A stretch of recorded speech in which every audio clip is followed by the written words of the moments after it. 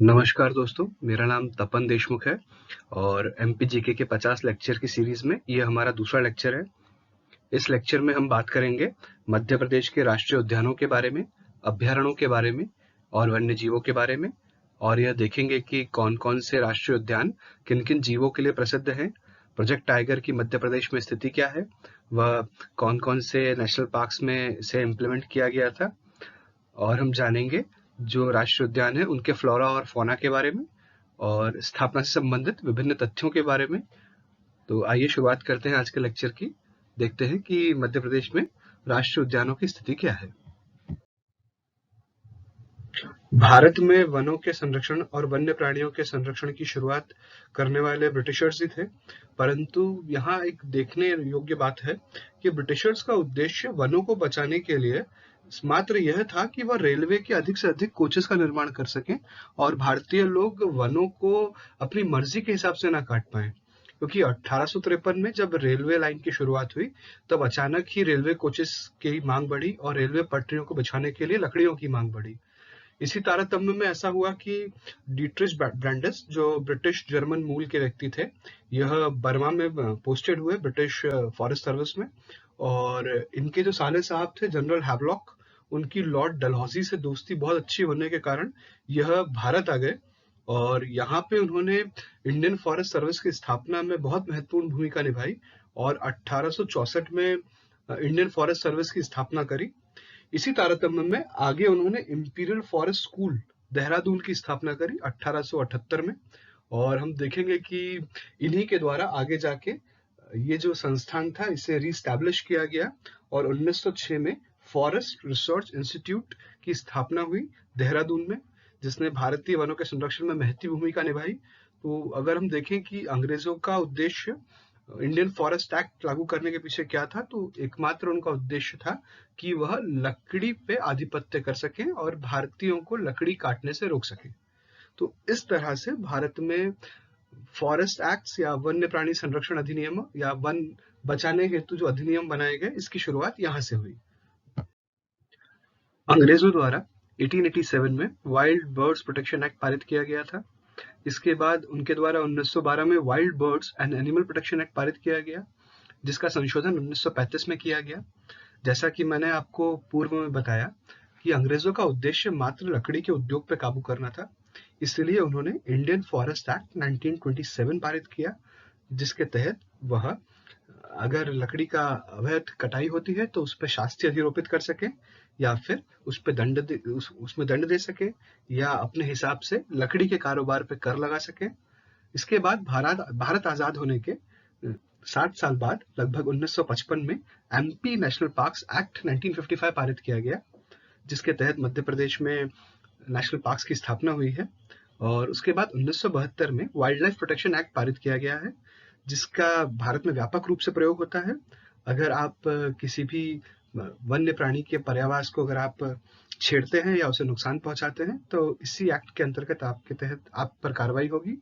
यहाँ एक देखने योग्य बात है कि संविधान में 1976 में 42वां संशोधन लाकर राज्यों को यह निर्देश दिया गया कि वह अपने राज्य की वन संपदा और वन्य जीवों के संरक्षण के लिए प्रयास करेंगे, जिसका उल्लेख अनुच्छेद 48A में आपको मिलेगा, जो राज्य के नीति निर्देशक तत्वों में उल्लिखित है या निहित है। इसके बाद आप देखेंगे कि जो हमारी फंडामेंटल ड्यूटीज हैं, जो हमारे मूल कर्तव्य हैं, वहां भी यह उल्लेख मिलता है कि भारतीय नागरिकों का यह दायित्व है कि वह पर्यावरण के संरक्षण, वन्य प्राणियों के संरक्षण, जल स्रोतों के संरक्षण के लिए प्रतिबद्ध रहेंगे और उन्हें संरक्षित करने का या उन्हें सुरक्षित रखने का प्रयास करेंगे। तो इस तरह से नींव पड़ती है भारत के माफी चाहूंगा, मध्य प्रदेश के राष्ट्रीय उद्यानों, अभयारण्यों के बारे में।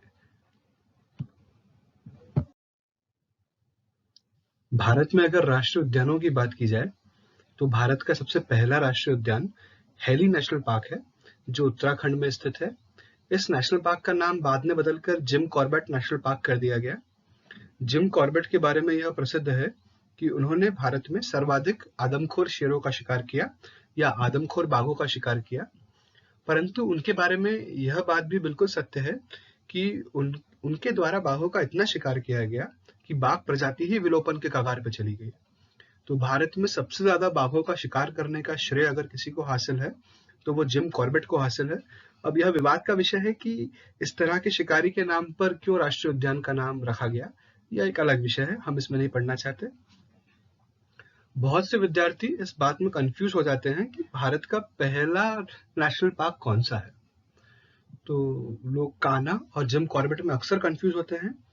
यह ध्यान रखने योग्य बात है कि 1933 में जो कान्हा किसली जो राष्ट्रीय उद्यान है वर्तमान में, तो 1933 में इसे वन्य जीव अभ्यारण्य का दर्जा दिया गया था और 1936 में राष्ट्रीय उद्यान के रूप में जिम कॉर्बेट नेशनल पार्क की स्थापना की गई। तो आपसे अगर कभी पूछा जाए कि भारत का पहला राष्ट्रीय उद्यान कौन सा है, तो आप वहां सीधा लिख सकते हैं कि वह जिम कॉर्बेट या हैली नेशनल पार्क है जो उत्तराखंड में स्थित है। कान्हा किसली को 1955 में राष्ट्रीय उद्यान का दर्जा दिया गया था। कान्हा के बारे में एक और बहुत महत्वपूर्ण बात है कि 1973 में जब प्रोजेक्ट टाइगर की शुरुआत की गई WWF के रिजोल्यूशन के पास होने के बाद, तो 1974 में यह प्रोजेक्ट मध्य प्रदेश में सबसे पहले कान्हा किसली नेशनल पार्क में इम्प्लीमेंट किया गया था और इसी के साथ मध्य प्रदेश में सेव टाइगर प्रोजेक्ट की शुरुआत हुई। नेशनल टाइगर कंजर्वेशन अथॉरिटी के सबसे पहले जो डायरेक्टर थे वो कैलाश साखला थे। अक्सर ये सवाल परीक्षाओं में पूछ लिया जाता है कि नेशनल टाइगर कंजर्वेशन अथॉरिटी के पहले प्रेसिडेंट कौन थे, या सॉरी पहले डायरेक्टर कौन थे, निदेशक। तो आप ध्यान रखिएगा कैलाश साखला इसके डायरेक्टर थे और इस प्रोजेक्ट की शुरुआत इंदिरा गांधी की सरकार के समय हुई थी। तो ये ध्यान रखने योग्य बात है कि किसके शासन में प्रोजेक्ट टाइगर की शुरुआत हुई थी। कान्हा किसली नेशनल पार्क 940 वर्ग किलोमीटर में फैला हुआ है और साथ ही साथ ये मध्य प्रदेश का सबसे बड़ा राष्ट्रीय उद्यान है। यह मूलतः मंडला में स्थित है और इसका विस्तार बालाघाट जिले तक भी है।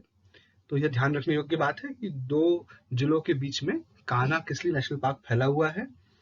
अगर आपको याद हो तो नेट जियो की award winning film land of tigers जो 1980 के दौर में फिल्माई गई थी, उसकी शूटिंग भी कान्हा किसली नेशनल पार्क में ही हुई थी। कान्हा के बारे में एक और महत्वपूर्ण बात है कि संपूर्ण भारत में स्वयं का शुभांकर जारी करने वाला यह पहला नेशनल पार्क है। तो भूर सिंह बारासिंगा जो है वह कान्हा नेशनल पार्क का ऑफिशियल मैस्कॉट है और मैस्कॉट का उपयोग प्रचार प्रसार के माध्यमों के लिए किया जाता है। तो और बारासिंगा का चयन इसलिए किया गया है क्योंकि संपूर्ण भारत में कान्हा किसली इकलौता राष्ट्रीय उद्यान है जहां पे बारासिंगा पाया जाता है। आप सतपुड़ा में कंफ्यूज मत होइएगा। सतपुड़ा में बाद में बारासिंगा को रिलोकेट किया गया जिसका उद्देश्य ये था कि बारासिंगा की प्रजाति का विस्तार किया जा सके व इसे विलोपन से बचाया जा सके। तो कान्हा किसली ऐसा राष्ट्रीय उद्यान है इकलौता जहां बारासिंगा पाया जाता है और इसे सतपुड़ा में रिलोकेट किया गया है। तो यह बहुत ध्यान रखने योग्य बात है कि बारासिंगा मूल प्रजाति कहाँ की है। कान्हा किसली में बाघ और बारासिंगा के बाद panther, barking deer, sloth bear, wild dog, chousingha, wild boar आदि प्रजातियां भी बहुतायत में पाई जाती हैं। यहाँ एक सवाल अक्सर लोग पूछते हैं कि भौंकता हुआ हिरण कैसे हो सकता है। तो बार्किंग डियर नाम इसलिए पड़ा है कि जब यह प्रजाति संकट में होती है या ये घबरा जाते हैं जब, तो यह भौंकने की आवाज निकालते हैं, इसलिए इन्हें बार्किंग डियर भी कहा जाता है। अगर सरीसृपों की बात की जाए तो यहाँ पे अजगर, Russell viper, Indian cobra, monitor lizard, garden lizard आदि भी बहुतायत में पाया जाता है। यहाँ पे एक और महत्वपूर्ण बात है कि भारत में रसल वाइपर, बहुत सारे लोगों का मानना है कि रसल वाइपर भारत में तो होता ही नहीं है, परंतु आप ये ध्यान रखें कि इंडियन कोबरा के बाद अगर किसी प्रजाति के काटने से भारत में सबसे ज्यादा मौतें होती हैं तो वो रसल वाइपर ही है। इसका जहर न्यूरोटॉक्सिक होता है जिससे आपको लकवा मार जाता है। तो आप ये ध्यान रखिएगा कि इंडियन कोबरा का जहर हीमोटॉक्सिक है और रसल वाइपर का न्यूरोटॉक्सिक। इसके अलावा यहाँ पे पौधों की 1000 से ऊपर प्रजातियां हैं पेड़ पौधों की, और यहाँ चिड़ियाओं की 300 से अधिक प्रजातियां पाई जाती हैं। यहाँ एक और महत्वपूर्ण तथ्य है, 1975 में क्रोकोडाइल ब्रीडिंग प्रोजेक्ट की जो शुरुआत हुई मध्य प्रदेश में, वो कान्हा किसली नेशनल पार्क से ही हुई थी और 1992 में प्रोजेक्ट एलिफेंट की शुरुआत करने के लिए भी कान्हा का चयन किया गया था। तो ये महत्वपूर्ण बातें हैं कान्हा के बारे में, कुछ जो आपको ध्यान रखनी है। कान्हा के बारे में यह भी याद रखने योग्य है कि 1 जून 2005 को कान्हा की राष्ट्रीय उद्यान की तरह स्थापना के 50 वर्ष बाद भारत सरकार द्वारा एक डाक टिकट जारी किया गया था, जिसमें बारहसिंगे को प्रदर्शित किया गया था।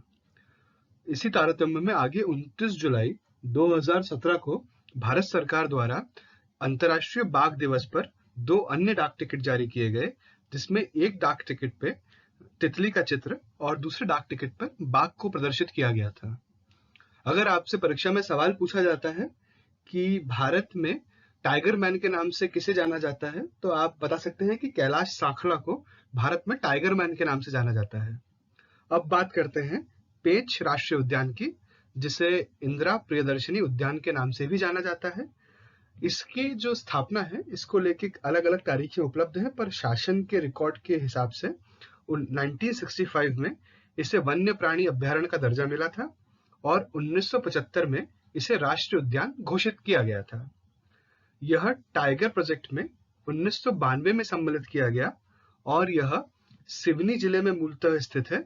इसका विस्तार छिंदवाड़ा तक है और परीक्षा में अक्सर यह सवाल पूछा जाता है कि जो पेंच टाइगर रिजर्व है वह मध्य प्रदेश के समीपस्थ किस राज्य से जुड़ा हुआ है। तो आप इसका जवाब दे सकते हैं कि पेंच टाइगर रिजर्व महाराष्ट्र की सीमा से लगा हुआ है।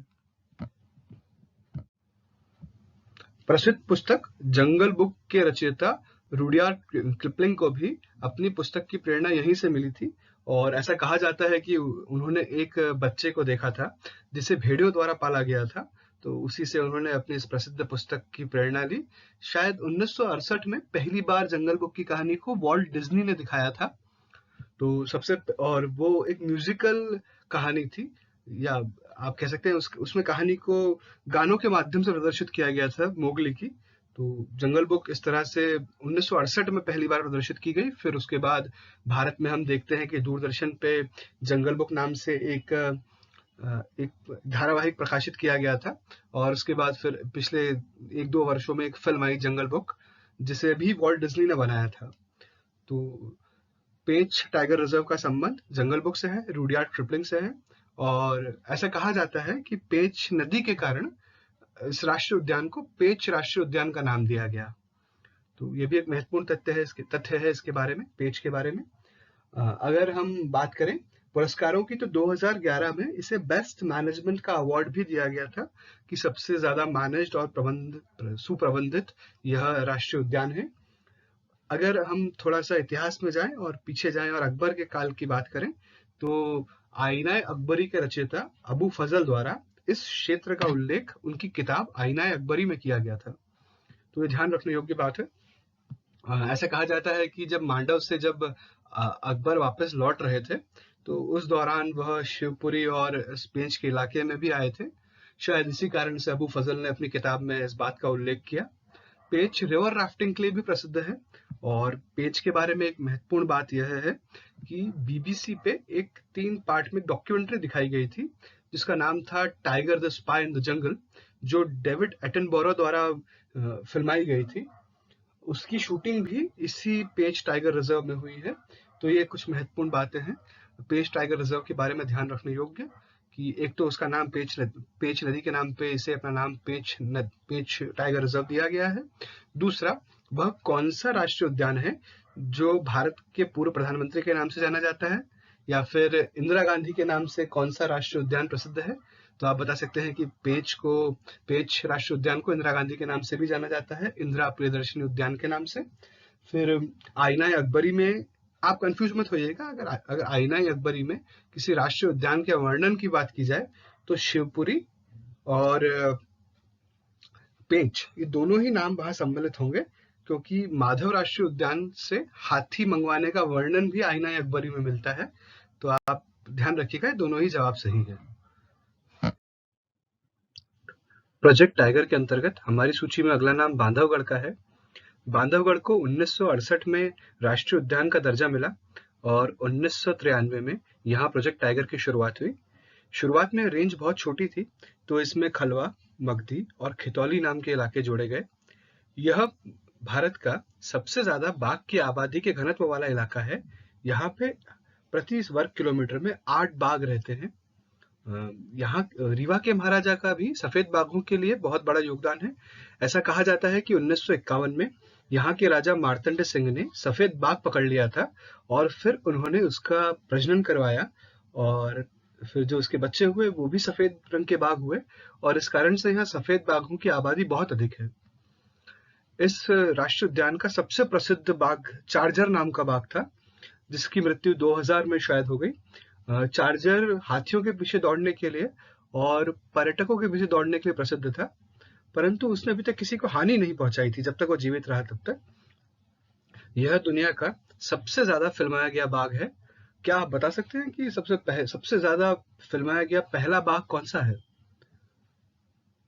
मछली नाम की एक बाघिन थी जो रणथंबोर में थी। ये वह दुनिया की सबसे ज्यादा फिल्माई गई बाघिन है। उसके बाद चार्जर नाम का बाघ दुनिया में सबसे ज्यादा फिल्माया गया है।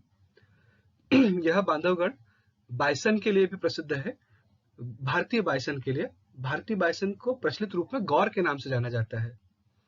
बांधवगढ़ का उल्लेख रामायण में भी मिलता है, और ऐसी इस क्षेत्र में मान्यता है कि बांधवगढ़ पे राम जी ने लक्ष्मण जी को कहा था कि यहाँ से खड़े होकर तुम श्रीलंका पे नजर रखना, तो इसीलिए इसका नाम बांधवगढ़ भी कहा जाता है।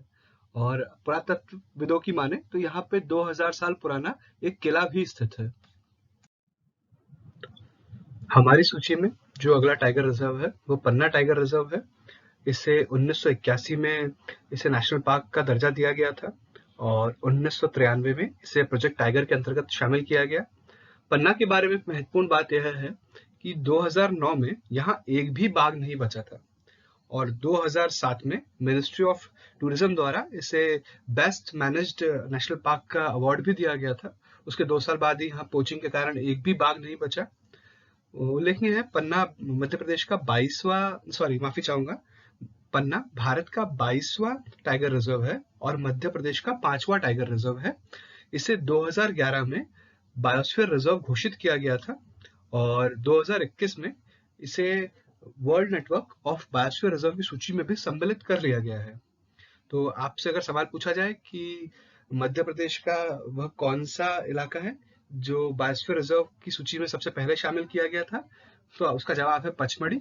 पचमढ़ी के बाद अचना कंवर जो अमरकंटक और छत्तीसगढ़ के मध्य है, इसे शामिल किया गया।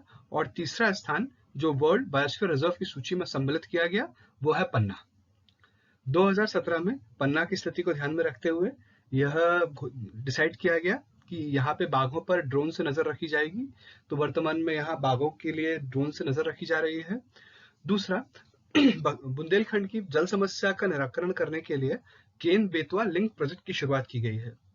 पर्यावरणविदों का मानना है कि इससे ये बायोस्फीयर रिजर्व बहुत ज्यादा प्रभावित होगा, और बाघों, वल्चर्स और अन्य वन्य जीवों की संख्या में यहाँ एकदम से कमी आएगी। तो पन्ना टाइगर रिजर्व थोड़ा विवादों के घेरे में है। अच्छा, पन्ना के बारे में एक और महत्वपूर्ण बात है कि पन्ना भारत का इकलौता ऐसा इलाका है जहाँ पे हीरे की खदान है। तो आप ये ध्यान रखें, यहाँ मझगावा खदानें हैं। अगर आपसे पूछा जाए कि मझगावा खदानें कहाँ स्थित है, तो आप बता सकते हैं मझगावा की खदान पन्ना में स्थित है। तो ये थी पन्ना की बात। आप नक्शे में भी देख सकते हैं, यहाँ मैंने दिखाने की कोशिश करी है कि कौन कौन सी नदियां यहाँ से बह रही हैं, और पन्ना की जो मालदा रेंज है और जो हिनौता रेंज है वो आप इसमें देख सकते हैं। पन्ना रेंज भी इसमें दिखाई गई है। तो आप देख सकते हैं पन्ना वाइल्ड लाइफ सेंचुरी की क्या स्थिति है और पन्ना वाइल्ड लाइफ सेंचुरी का विस्तार क्या है। प्रोजेक्ट टाइगर के अंतर्गत जो हमारी सूची में अगला नाम है वो है सतपुड़ा टाइगर रिजर्व का। सतपुड़ा टाइगर रिजर्व अपनी बायोडायवर्सिटी के लिए बहुत ज्यादा प्रसिद्ध है, और यहाँ पे वाइल्ड बोर, टाइगर, नीलगाय, बारहसिंगा, चौसिंगा, बारहसिंगा माफी चाहूंगा, चौसिंगा, जायंट इंडियन स्क्विरल, उड़ने वाली गिलहरी आदि प्रजातियां प्रमुखता से पाई जाती हैं। इससे 1981 में राष्ट्रीय उद्यान का दर्जा दिया गया था। वह प्रोजेक्ट टाइगर 1999 में यहाँ शुरू किया गया। यह होशंगाबाद जिले में स्थित है, और यह पचमढ़ी और बोरी वाइल्ड लाइफ सेंचुरी को मिला के बनाया हुआ इलाका है। उल्लेखनीय है कि इस इलाके की खोज 1862 में कैप्टन जेम्स फोर्सिथ द्वारा की गई थी। वह बंगाल लांसर्स में थे। कैप्टन थे और वह उस समय तात्या टोपे को ढूंढ रहे थे। उस दौरान उन्होंने यहाँ पे पांडव गुफाएं और रॉक पेंटिंग्स की खोज करी। यहाँ की रॉक पेंटिंग्स लगभग 10,000 साल पुरानी है। यहाँ पे मध्य प्रदेश की सबसे ऊंची चोटी धूपगढ़ स्थित है। यहाँ पे बी फॉल्स भी स्थित है। इस तरह से जो सतपुड़ा टाइगर रिजर्व है वो बायोडाइवर्सिटी, ह्यूमन हिस्ट्री और बाकी दृष्टिकोणों से बहुत ज्यादा महत्वपूर्ण है। यह होशंगाबाद में स्थित है। मैं फिर से बता रहा हूँ आपको, अगर आपसे सवाल करा जाता है धूपगढ़ कहाँ स्थित है तो आप बता सकते हैं धूपगढ़ होशंगाबाद में स्थित है। यहाँ पे पांडव गुफाएं भी हैं, साथ ही साथ यहाँ पे रॉक पेंटिंग्स हैं और यहाँ पे लगभग 50 रॉक शेल्टर्स डिस्कवर किए गए हैं। तो आप ये ध्यान रखिएगा, इसका इंपॉर्टेंस और सिग्निफिकेंस बहुत ज्यादा है परीक्षा के दृष्टिकोण से। वैसे ज्यादा चीजें नहीं है इसके बारे में बताने के लिए, पर फिर भी रॉक पेंटिंग और पांडव केव्स, बी फॉल्स और धूपगढ़ आपको याद रखना है। और यह पचमढ़ी और बोरी नेशनल वाइल्ड लाइफ सेंचुरी से मिलके बना है, यह आप ध्यान रखिएगा। प्रोजेक्ट टाइगर के अंतर्गत आने वाले राष्ट्रीय उद्यानों में हमारी सूची में आखिरी नाम है संजय डुबरी नेशनल पार्क का या संजय डुबरी टाइगर रिजर्व का। इसे 1975 में वन्य जीव अभ्यारण्य का दर्जा दिया गया था। वह 1981 में इसे राष्ट्रीय उद्यान घोषित किया गया। इसे 2003 में टाइगर प्रोजेक्ट में सम्मिलित किया गया या प्रोजेक्ट टाइगर का हिस्सा बनाया गया। इस वाइल्ड लाइफ सेंचुरी का विस्तार, माफी चाहूंगा, नेशनल पार्क का विस्तार मध्य प्रदेश के सीधी, सिंगरौली और छत्तीसगढ़ के कोरिया डिस्ट्रिक्ट तक है। और डुबरी सेंचुरी और संजय गांधी नेशनल पार्क अभ्यारण्य और नेशनल पार्क का एक सम्मिलित रूप है। अगर आपसे परीक्षा में सवाल पूछा जाता है कि संजय गांधी नेशनल पार्क कहाँ स्थित है तो आप बता सकते हैं कि यह सीधी में स्थित है। और जो हिस्सा सन 2000 में जब मध्य प्रदेश से छत्तीसगढ़ अलग हुआ तो इसका वह हिस्सा जो छत्तीसगढ़ में चला गया उसे गुरु घासीदास नेशनल पार्क के नाम से जाना जाता है। तो आप ये ध्यान रखिएगा, कंफ्यूज मत होइएगा। यह नेशनल पार्क दो हिस्सों में बटा हुआ है। छत्तीसगढ़ के हिस्से को गुरु घासीदास के नाम से जाना जाता है और जो हिस्सा मध्य प्रदेश में है उसे संजय डुबरी नेशनल पार्क के नाम से जाना जाता है। इसमें डुबरी एक अभ्यारण्य है, यह ध्यान रखने योग्य बात है, और वह भी सीधी में स्थित है। तो ये आप जरूर ध्यान रखिएगा कि डुबरी एक अभ्यारण्य है जिसका क्षेत्रफल लगभग 364 वर्ग किलोमीटर का है।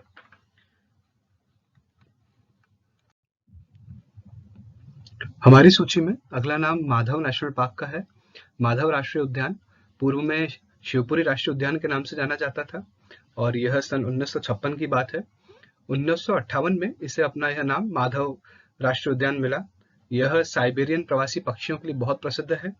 यहाँ सांख्य सागर और माधव सागर का निर्माण पूर्व राजा माधवराव सिंधिया द्वारा करवाया गया था। यहाँ एक बात याद रखने योग्य है कि यह माधवराव सिंधिया वह माधवराव सिंधिया नहीं है जो कांग्रेस के नेता थे। यह आप ध्यान रखिएगा, नहीं तो लोग बहुत कंफ्यूज हो जाते हैं इसमें। यह ऐसा राष्ट्रीय उद्यान है जहां से दो नेशनल हाईवे निकलते हैं। एक NH3 है जिसे आगरा बॉम्बे रोड के नाम से जाना जाता है और दूसरा NH27 है जिसे झांसी शिवपुरी हाईवे के नाम से जाना जाता है। NH27 पहले NH25 के नाम से जाना जाता था और इस राष्ट्रीय उद्यान में जॉर्ज कैसल स्थित है। एक महत्वपूर्ण बात है कि जब 1911 में जॉर्ज पंचम भारत आए तब इस महल का निर्माण या इस कोठी का निर्माण करवाया गया था। सिंधिया महाराजा का ऐसा मानना था कि जॉर्ज फिफ्थ जब यहाँ आए तो उन्हें ऐसा एहसास ना हो कि वह इंग्लैंड में नहीं है, इसलिए उन्होंने बेल्जियम ग्लास और इटालियन मार्बल्स का उपयोग करके इस कोठी का निर्माण करवाया। परंतु जॉर्ज फिफ्थ यहाँ शिकार खेलने अवश्य आए पर इस कोठी में नहीं आ पाए। तो यह बनाई तो उनके लिए गई थी पर उसका उपयोग उन्होंने नहीं किया। यह इलाका अवैध उत्खनन से बहुत ज्यादा प्रभावित रहा जिसने इस यहाँ की जैव विविधता को बहुत ज्यादा प्रभावित किया। अतः 1998 में सुप्रीम कोर्ट ने एक आदेश पारित करके यहाँ पे समस्त माइनिंग लीज पे रोक लगा दी और समस्त माइनिंग लीज यहाँ की कैंसिल कर दी। ऐसा माना जाता है कि जिस कारण से यह इलाका बच गया, अन्यथा यहाँ पे कई बार बाघों को लाने और बसाने का प्रयास भी किया गया, परंतु अवैध उत्खनन और पोचिंग के कारण सरकार की यह प्रयास सफल नहीं हो पाए। तो और इसमें यहाँ एक और महत्वपूर्ण जानकारी है कि जब 1500 के दशक में जब अकबर बादशाह मांडव से लौट रहे थे उस दौरान उन्होंने यहाँ से हाथियों को पकड़वाया था उनके अस्तबल के लिए। तो इससे पता चलता है आईने अकबरी से कि यहाँ हाथी बहुतायत में पाए जाते होंगे 1548 के आसपास, तभी अकबर बादशाह ने फैसला लिया। तो एक महत्वपूर्ण बात है कि आईना अकबरी में इस स्थान का वर्णन मिलता है, परंतु उस समय यह शिवपुरी नेशनल पार्क या माधव नेशनल पार्क के नाम से नहीं जाना जाता था। यह बात ध्यान रखने योग्य है। और अकबर काल में यहाँ पे मराठाओं का शासन नहीं था।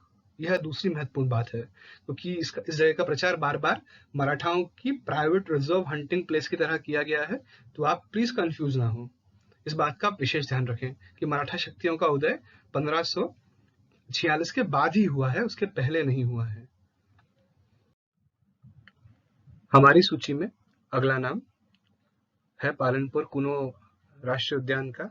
1981 में इसे वन्य जीव अभ्यारण्य घोषित किया गया था व 2018 में इसे राष्ट्रीय उद्यान घोषित किया गया। इस जगह के बारे में उल्लेखनीय है कि यहाँ पे गिर नेशनल पार्क से एशियाटिक लायन को लाकर उसे यहाँ बसाने का प्रयास किया जा रहा है। 2009 में शासन द्वारा यह निर्धारित किया गया था कि यहाँ पे चीते को लाकर बसाया जाए, अफ्रीकी चीते को लाकर। इस क्षेत्र में मूल आबादी सहरिया जनजाति की है और यह राष्ट्रीय उद्यान का विस्तार राजस्थान तक है। हमारी सूची में अगला नाम बाघ नेशनल पार्क का है। बाघ नेशनल पार्क जीवाश्मों के लिए प्रसिद्ध है और विशेष रूप से यहाँ डायनासोर के जीवाश्म पाए गए हैं। लगभग यहाँ पे डायनासोर के 400 अंडे पाए गए थे और इसी के मद्देनजर शासन ने 2010 में इसे नेशनल पार्क घोषित किया। इसका इलाका लगभग 108 वर्ग किलोमीटर में फैला हुआ है। यहाँ पे मुख्य रूप से शार्क के जीवाश्म, पेड़ों के जीवाश्म, एमोनाइट यानी कि शालिग्राम का जीवाश्म, सीपों के जीवाश्म, डायनासोर के जीवाश्म आदि जीवाश्म पाए जाते हैं। वर्तमान में इस नेशनल पार्क का काम चल रहा है और प्रगति पे है। हमारी सूची में अगला नाम वन विहार भोपाल का है। वन विहार भोपाल भी एक नेशनल पार्क है। इसे दर्जा 1979 में मिला था। इसका विस्तार 4.45 वर्ग किलोमीटर का है और यह पार्क एक तरह से राष्ट्रीय उद्यान, प्राणी संग्रहालय, रेस्क्यू सेंटर और ब्रीडिंग सेंटर की तरह काम करता है। यह इलाका भोपाल के लिए बहुत ज़्यादा महत्वपूर्ण है। ये बड़े लेक पर स्थित है। हमारी सूची में अगला नाम है नेशनल फॉसिल पार्क का। यह नेशनल फॉसिल पार्क धुधुआ डिंडोरी में स्थित है और इसे 1968 में जीवाश्म पार्क घोषित किया गया था। यह क्षेत्रफल की दृष्टि से सबसे छोटा नेशनल पार्क है, जिसका इलाका कुछ 0.27 वर्ग किलोमीटर का है। यह 7 ग्रामों से मिलकर बना है। इसमें घुघुआ, उमरिया, देवरा खुर्द, बरबासपुर, चांटी हिल्स, चारगांव और देवरी कोहानी प्रमुख है। इन इलाकों में पेड़ों के जीवाश्म पाए जाते हैं। पेड़ों के जीवाश्म लगते तो पत्थर की तरह हैं, पर आप उसे समझ सकते हैं आसानी से। वो ऐसा लगेगा आपको कि किसी पेड़ को पत्थर का बना दिया गया हो। इस तरह से पेड़ों के जीवाश्म होते हैं। तो ये नेशनल फॉसिल पार्क 1968 में डिक्लेयर किया गया। अब हम बात करेंगे मध्य प्रदेश के वन्य प्राणी अभ्यारण्यों के बारे में।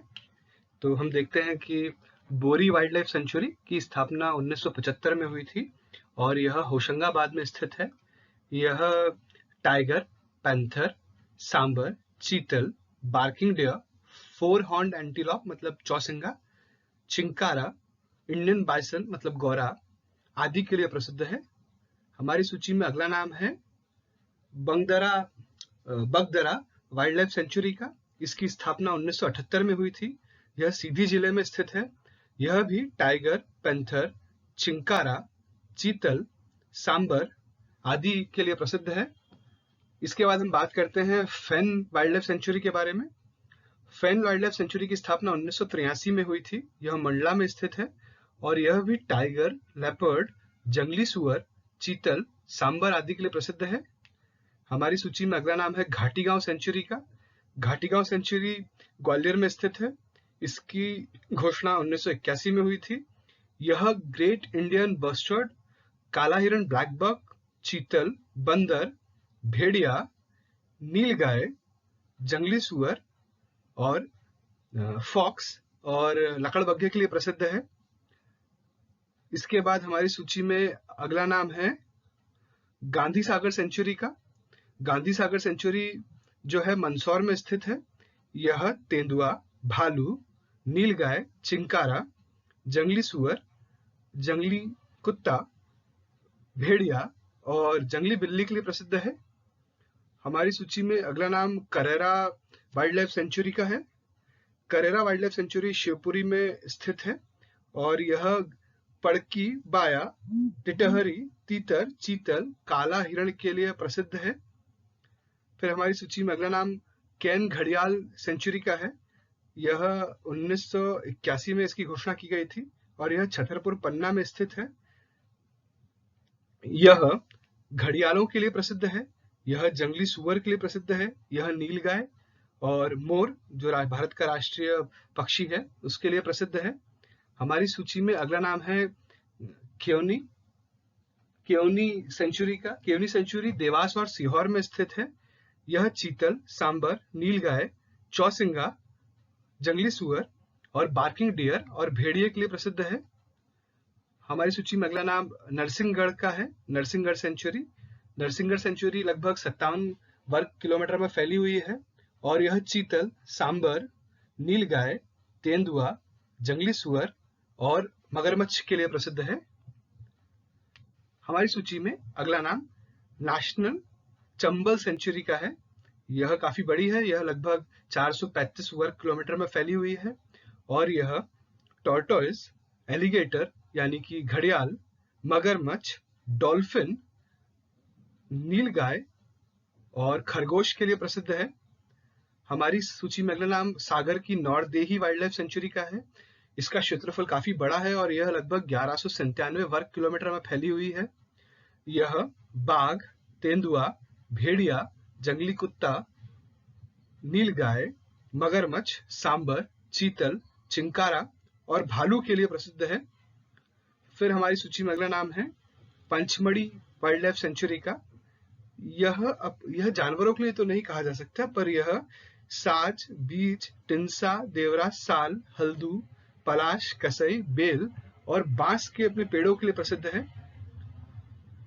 हमारी सूची में अगला नाम पनपठा वाइल्ड लाइफ सेंचुरी का है। पनपठा वाइल्ड लाइफ सेंचुरी शहडोल में स्थित है और यह भी पैंथर, बाघ, जैकल, जंगली कुत्ता, चीतल, सांबर, नीलगाय, पॉर्क्यूपाइन और चौसिंगा और भालू के लिए प्रसिद्ध है। हमारी सूची में अगला नाम है पेंच वाइल्ड लाइफ सेंचुरी का। पेंच वाइल्ड लाइफ सेंचुरी के बारे में हम बात पहले भी कर चुके हैं कि पेंच बाघ, पैंथर, वाइल्ड ऑक, चीतल, सांबर, चौसिंगा, इंडियन बाइसन, गौरा और लंगूर इत्यादि के लिए प्रसिद्ध है। इसके बाद हमारी सूची में अगला नाम है रातापानी वाइल्ड लाइफ सेंचुरी का। रातापानी के बारे में भी हम पहले अध्ययन कर चुके हैं। फिर नाम है इसमें Sanjay Dugri wild life sanctuary का। संजय डुगरी के बारे में भी हम पहले बात कर चुके हैं। अगला नाम है हमारी सूची में सिंगौरी वाइल्ड लाइफ सेंचुरी का, जो रायसेन में स्थित है। इसकी घोषणा 1976 में की गई थी और इसका क्षेत्रफल लगभग 288 वर्ग किलोमीटर का है। हमारी सूची में अगला नाम सोन घड़ियाल सेंचुरी का है। यहाँ पे जैसा कि नाम से स्पष्ट है, यहाँ घड़ियाल पाए जाते हैं, यहाँ मगरमच्छ पाए जाते हैं और बड़ी संख्या में कछुए पाए जाते हैं। हमारी सूची में अगला नाम है खरमौर अभ्यारण्य का। खरमौर अभ्यारण्य मध्य प्रदेश के धार जिले में स्थित है और यहाँ खरमौर और अन्य पक्षी पाए जाते हैं। इसके बाद हमारी सूची में अगला नाम सैलाना वाइल्ड लाइफ सेंचुरी का है। सैलाना भी खरमौर के लिए प्रसिद्ध है और यहाँ भी खरमौर के साथ साथ पक्षियों की विभिन्न प्रजाति पाई जाती है। Ralamandal wild life sanctuary Indore में स्थित है और इसकी स्थापना या इसकी घोषणा 1990 में हुई थी। यह क्षेत्रफल की दृष्टि से सबसे छोटी वाइल्ड लाइफ सेंचुरी है और यहाँ कभी कभी आपको तेंदुआ, हिरण आदि यहाँ पाए जाते हैं। हमारी सूची में फिर अगला नाम है गंगाव वाइल्ड लाइफ सेंचुरी का। फिर उसके बाद है दुर्गावती वाइल्ड लाइफ सेंचुरी जो जबलपुर में स्थित है। गंगाव के फ्लोरा और फौना के बारे में मेरे पास वर्तमान में जानकारी नहीं है। फिर हम बात करेंगे वीरांगना दुर्गावती वाइल्ड लाइफ सेंचुरी की, जो दमोह में स्थित है और यहाँ पे मूलतः बाघ, पैंथर, स्पॉटेड डियर, सांबर, चौसिंगा और आदि जानवर पाए जाते हैं। यहाँ पे अभी भालुओं के संरक्षण के लिए कालीभीत बैतूल में एक और वाइल्ड लाइफ सेंचुरी प्रस्तावित है, पर उसका कार्य अभी प्रारंभ नहीं हुआ है। मध्य प्रदेश के झाबुआ में मयूर वाइल्ड लाइफ सेंचुरी भी प्रस्तावित है, इसका काम अभी नहीं हुआ है। मध्य प्रदेश में भारत की इकलौती कामधेनु गौ अभ्यारण्य है, जो मध्य प्रदेश के नवनिर्मित जिले आगर मालवा में स्थित है। मैं ये आशा करता हूँ कि ये जानकारी आपके लिए परीक्षा के दृष्टिकोण से लाभदायी सिद्ध होगी और इस लेक्चर के अध्ययन से आपको मध्य प्रदेश के राष्ट्रीय उद्यानों, अभ्यारण्यों और वन्य जीवों के बारे में पर्याप्त जानकारी उपलब्ध हुई होगी। आपका बहुत बहुत धन्यवाद। कृपया चैनल को लाइक, सब्सक्राइब और इस वीडियो को शेयर करना ना भूलें।